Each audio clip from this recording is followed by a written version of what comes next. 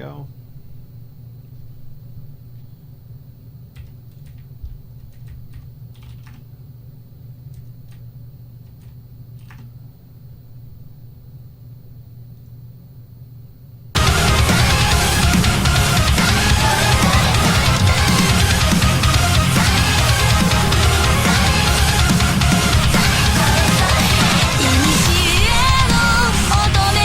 Hello, Jimmy.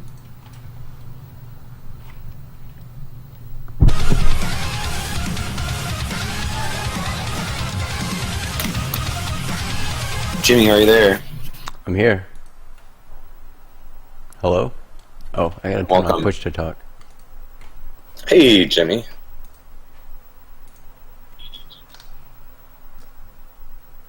Are you ready to do this? Yeah, but I forgot how to turn off push to talk, so give me a sec.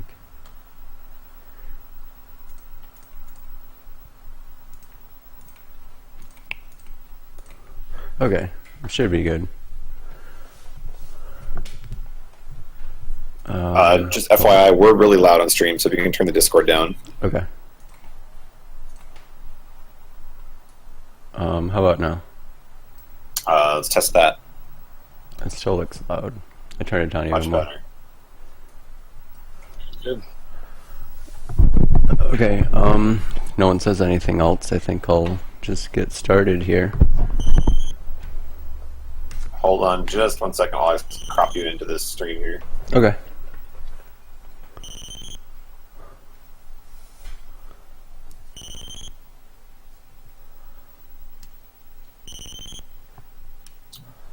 Okay, Blackie, can you try talking again?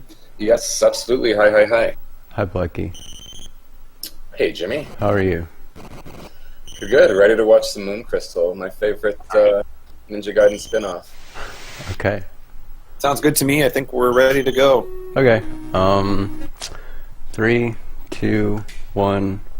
Actually, sorry. I had the stream running. Okay. 3, 2, 1, go. So, yeah, as the stream title suggests, this is Moon Crystal.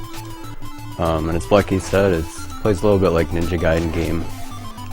If anyone in Discord has questions at any time, please let me know. There's some weird quirks about this game that I may forget to explain. So, one of the first things is that I have to get my health down to 1 for all of the bosses.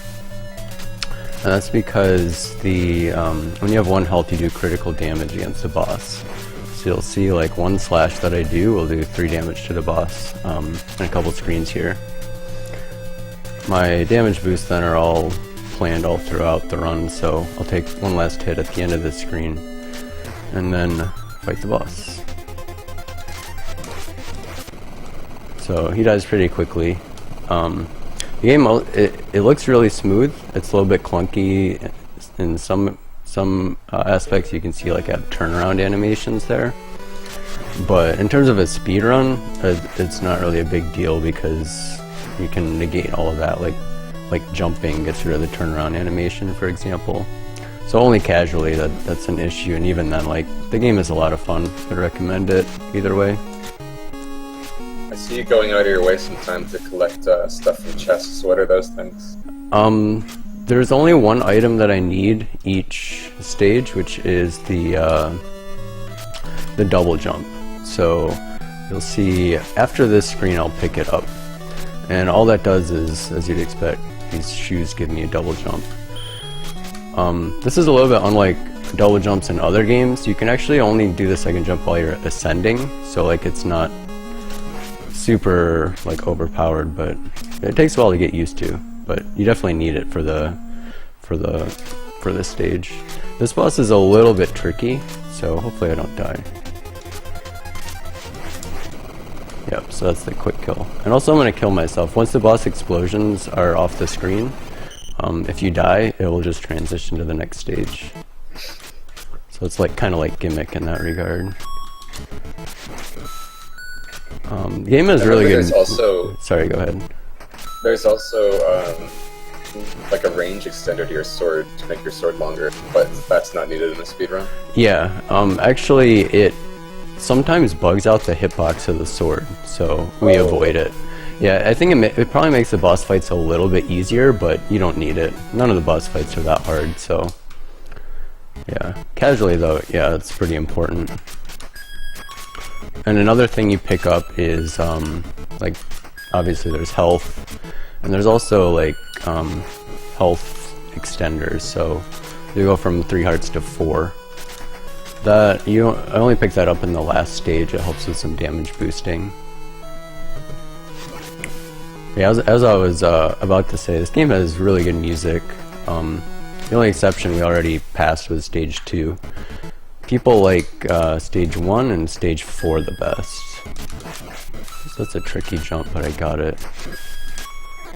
So here are my 2 planned deboosts, and this boss is pretty easy. Alright. This next stage is Jor's favorite stage, and I'd like everyone to post pirate faces in the chat. It's also my favorite stage and the best track. Last night I was practicing this, I kept messing up this first screen. It was really frustrating because it's super easy, but no problem there. The stage is pretty short, but it's fun to speedrun. It's not that difficult, but there's a decent amount of neat movement going on. Like, I could have picked that up faster. Just a bunch of small optimizations in this stage. And the intentional damage will take one right here from this guy, and then one on the last screen. So this boss is my least favorite. He's actually extremely easy, but if you mess up a little bit, it's very hard to complete the fight.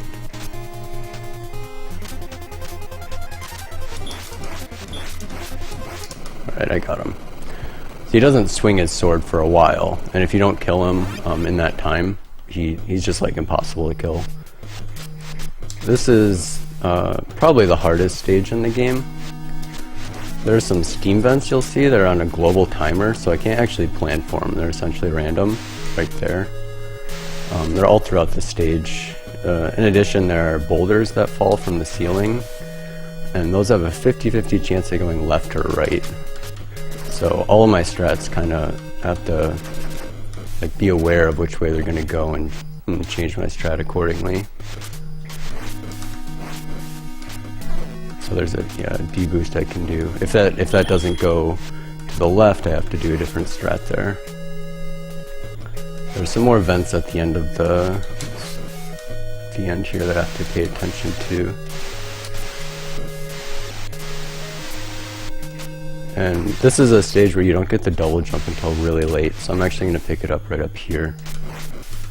Maybe there's one that's like kind of far out of the way, but in terms of the speedrun, that's the best way to get the double jump. Oops, this could be a little bit scary. No, I'm okay. Okay, so this is a boss.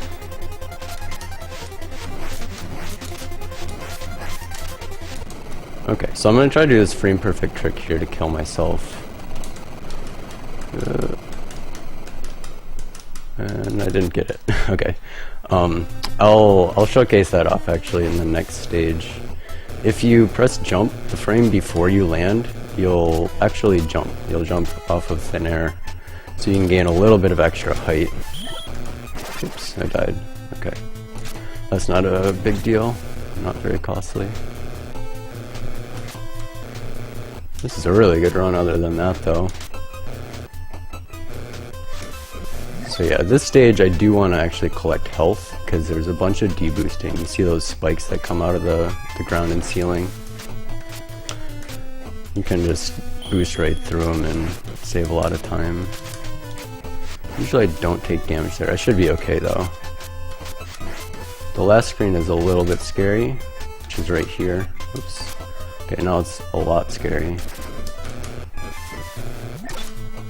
Let's play it safe.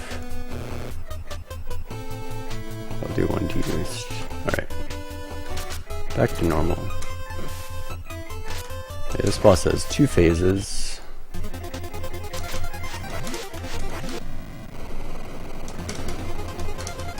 Okay. And now this is the last stage coming up. and then there's an escape. So this stage probably has some of the neatest tech. There are some skips that go on. And you'll see me do that frame perfect trick here in a second. There's one skip. Don't think they intended that. You're supposed to go all the way up. Okay, and that trick is coming up here. Sometimes takes me a while to get. I just recently added this. Oh, that should have been it. Okay, definitely would have gone faster if I had gone the long way, but I got it. So you jump just before you land and get that extra bit of height? Yep. And I actually have to double jump there, like to prep, because I'll be higher, like the frame before I land. So it's a little bit tricky, but yeah. Okay, this is the last boss. Hopefully I don't mess it up. It's not too bad of a fight.